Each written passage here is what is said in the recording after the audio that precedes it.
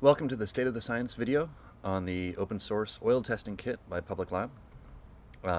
We've been building spectrometers for the past few years in a open collaborative process on the Public Lab website.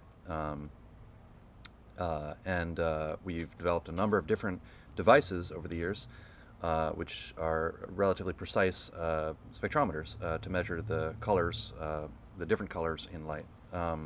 But more recently, we've been focusing in on what was actually the original use case, which is to identify different types of pollutant oils by illuminating them with an ultraviolet laser and measuring the balance of colors that are emitted by the sample.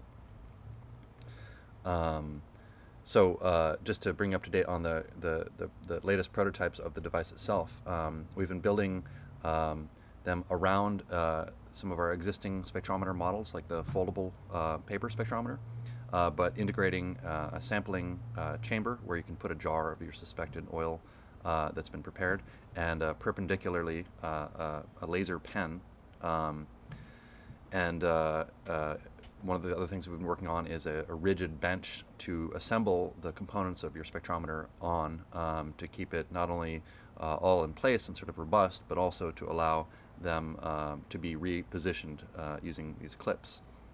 So more on that, but soon. But just to sort of talk about the overall process, we've been broadening our take on this to include the collection of samples in the field of oil residues, the scanning of those samples after having prepared them, and the comparison of the data at the end to known samples of oil and negative controls and so forth. So when we talk about collecting, we're often talking about going and getting dried or congealed or concentrated and weathered bits of crude oil or motor oil or heating oil in the field, and not so much about collecting it from the surface of the water, although we're interested in that, so we'd like to hear from you if you're interested in trying it. But in the case of motor oil, sometimes from the edges of street drains and other places where motor oil collects. But collecting it dry and then, or relatively dry, and then dissolving it in mineral oil, which itself doesn't fluoresce in ultraviolet light, but does dissolve oils into a clear liquid, or a slightly yellowish liquid, as you can see here, which we can pass a laser through.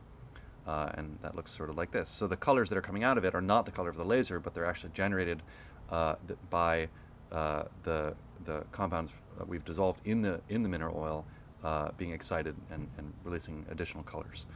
So the scanning part is something that we've done a lot of over the past few years, and a lot of people have been involved in refining this. But basically pointing a spectrometer, like the desktop kit pictured here, at a sample, and then perpendicularly firing the laser through it.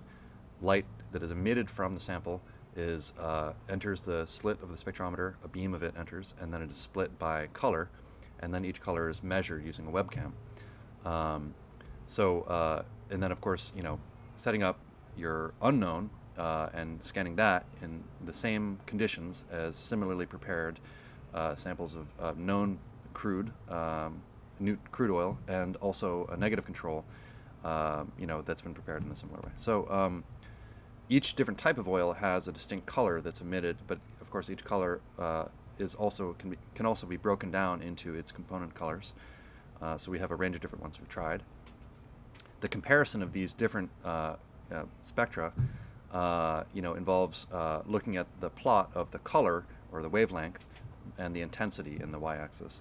This is a solar spectrum, but just to give you an idea of the way it's graphed. In this picture, you can see there's a spike around 405 nanometers. That's actually the laser itself, which is very intense and very narrow in color. And then there's this hump to the right of it, which is the emission, the fluorescence, I guess, of the sample as it's being excited by the laser. So the shape of that curve is different depending on what oil you're actually showing, and it's also an open question whether a sample that's been weathered or is old or has been exposed to sunlight is different.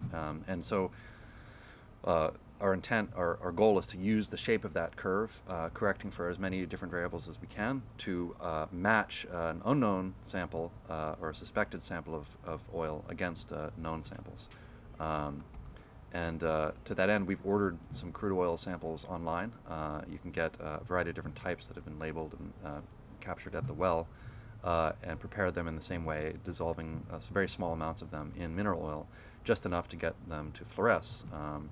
And that's where I guess we're inviting you to join the project and to refine these techniques, as many people have already in our community. And we look forward to seeing you on the Public Lab website.